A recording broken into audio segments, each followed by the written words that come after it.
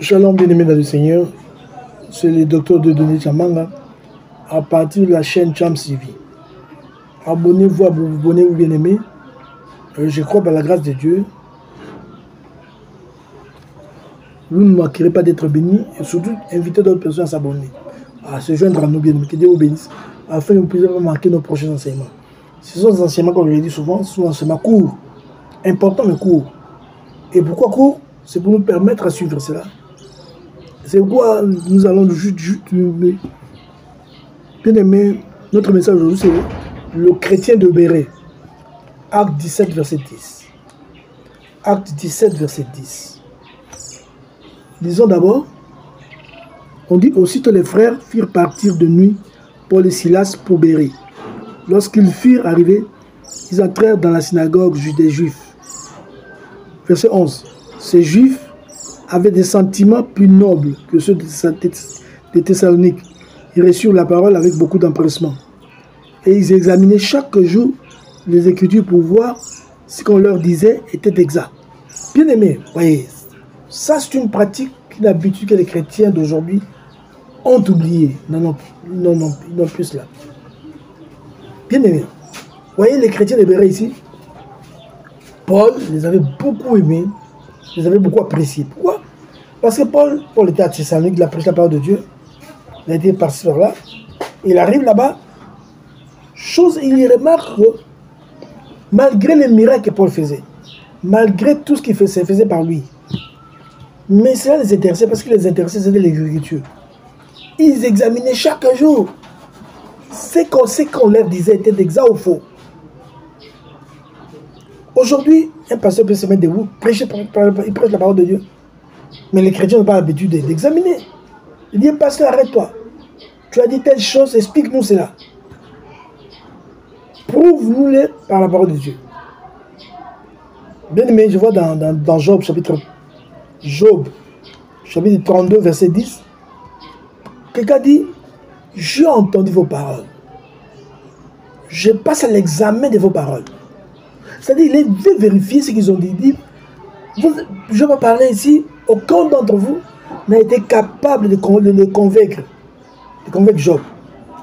C'est-à-dire que, quelque part, les chrétiens d'aujourd'hui, ils peuvent voir quelqu'un en train de prêcher la parole de Dieu, de dire même n'importe quoi. Il est incapable de lui dire, parce que tu dis là, prouve-nous, montre-nous dans la parole de Dieu. C'est écrit où? Que dans l'église, on peut dire ceci, on peut dire bracabra, bracadabra, c'est écrit où? Aucun disciple ne peut le dire. Ils acceptent parce que ça vient de passer. Surtout si les pasteurs là ont des dons à la prophétie, surtout si là des dons de miracles, c'est fini, on accepte tout. On gobe tout. On vérifie plus. C'est comme la Bible dit, tu ne te feras pas d'image taillée, mais il y a une église qui se préoccupe peut-être dans la parole, c'est la seule église sur la terre. Dans l'église, vous verrez, il y a une photo de je ne sais qui dans leur maison, même partout ils vendent dans leur magasin, mais cette photo, soi-disant la photo de Jésus-Christ. Jésus, une photo de Jésus, où est-ce qu'on l'a prise? On a pris cette photo-là. Et les gens acceptent ça, les gens ne vérifient même pas. Comme ça vient de leur grand prophète, ils acceptent l'amener. Comme ça vient de leur pasteur, ils acceptent ça. C'est aujourd'hui, il faut vérifier. En vérifiant, vous allez vous aider vous-même. Et vous allez aider aussi les pasteurs-là pour qu'ils ne puissent pas s'égarer. Vous allez aider ce pasteur-là pour faire qu'il ne puisse pas s'égarer. C'est important que les gens ont abandonné cette habitude-là, de vérifier la parole de Dieu. C'est une habitude que les gens ont oubliée. Pourquoi? Parce qu'aujourd'hui, il est rare d'aller... Nous, on a commencé le groupe de prière. Dans les années 80, je vous dis bien, quand vous vous rendez chez un frère d'église, quand vous vous retrouvez à 2-3, la première de ce que vous allez faire, vous asseoir, ouvrez vos Bibles. Il y a un verset, surtout la Ligue pour la lecture de la Bible nous aider. Alors vous avez des versets de méditation du jour. Vous les mettez sur la table, vous commencez à partager.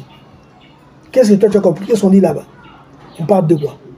Et vous partagez, c'est de la vie des chrétiens.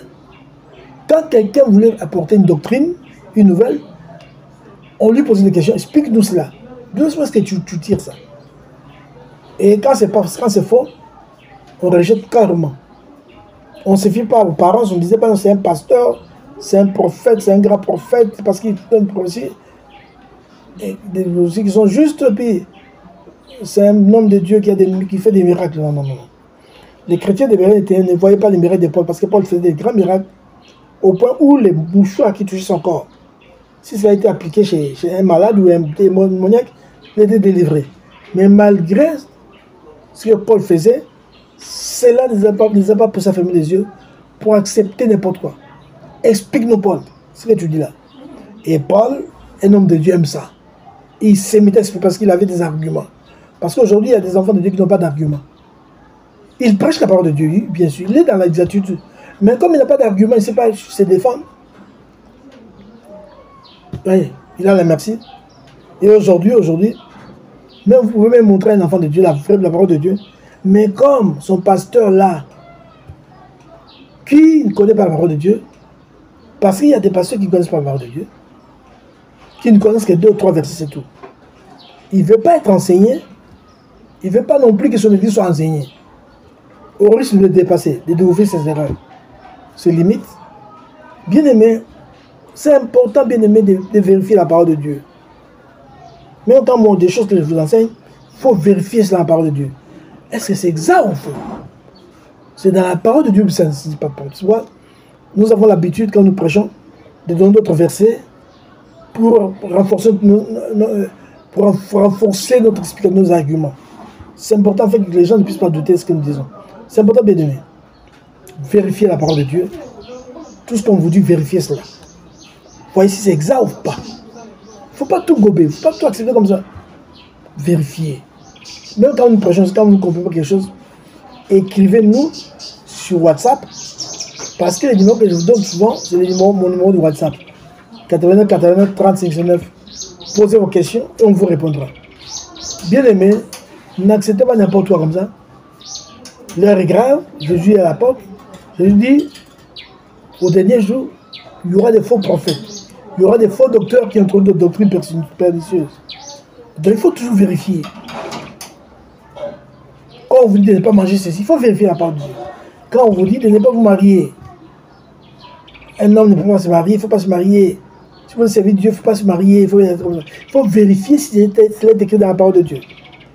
Quand on vous donne une statuette pour s'agenouiller, vérifiez la parole de Dieu. Qu'est-ce dit la parole de Dieu? La parole de Dieu dit, mais vous ne vous ferez pas des statues, des choses qui sont en haut ou encore en bas. Il ne faut pas arrondir, c'est un saint ou c'est cela. Non. Vous ne vous ferez pas des statues, des choses qui sont en bas, en haut ou en bas, sur la terre ou dans la mer, et que vous puissiez commencer à vous procéder devant eux. C'est de l'idolâtrie. Et beaucoup acceptent ça comme ça, ils ne vérifient même pas. Ils acceptent, ils disent merci. C'est tout. Ah, on a prêché, c'est tout. Ils peuvent faire ils sortent, ils disent non, c'est fini. On vous a prêché. Mais il faut vérifier. Tout ce qu'on vous dit, il faut prêcher.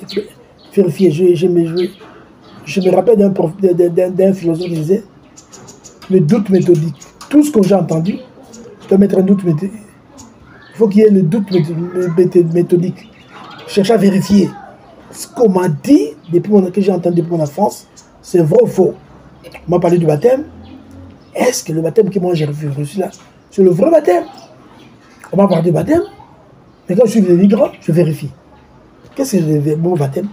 Le mot baptême, ça vient du mot grec qui signifie baptizo. Du verbe baptiser, qui signifie plonger dans. Est-ce que moi j'ai été plongé? Non. Si je n'ai pas été plongé, alors je n'ai pas été baptisé. C'est clair. Allez. Ah, bien aimé, répondez-vous. Le mot repentance, c'est quoi? Explique-nous ce que le mot repentance. Ah non. Le mot repentance veut dire, ça veut dire le mot grec métanoïa, qui signifie changement, méta. Changement de mentalité. Est-ce que j'ai changé ma mentalité? Si la mentalité n'a pas changé, donc je ne suis pas repenti.